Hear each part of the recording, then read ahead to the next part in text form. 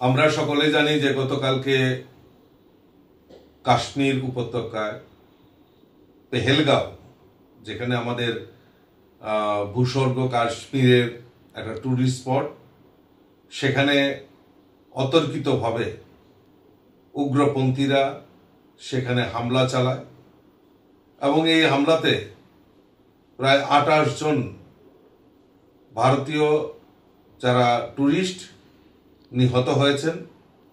এটা অত্যন্ত বেদনাদায়ক এবং মর্মস্পর্শী।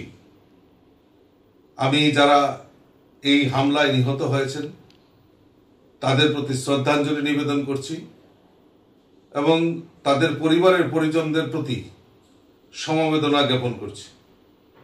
আর আমার দৃঢ় বিশ্বাস যে আমাদের এই যারা আতঙ্কবাদী, যারা এই জঘন্য কাজের সঙ্গে যারা জড়িত, তাদের নিশ্চয়ই সুযোগ্য শাস্তির ব্যবস্থা আমাদের দেশের যশস্বী প্রধানমন্ত্রী সেটা করবেন।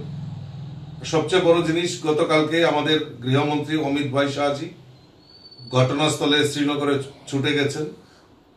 আমাদের দেশের যশস্বী প্রধানমন্ত্রী নরেন্দ্র মোদীজি উনি বিদেশ সফরে ছিলেন, সেটা কাট করে উনি ভারতে ফিরে এসছেন।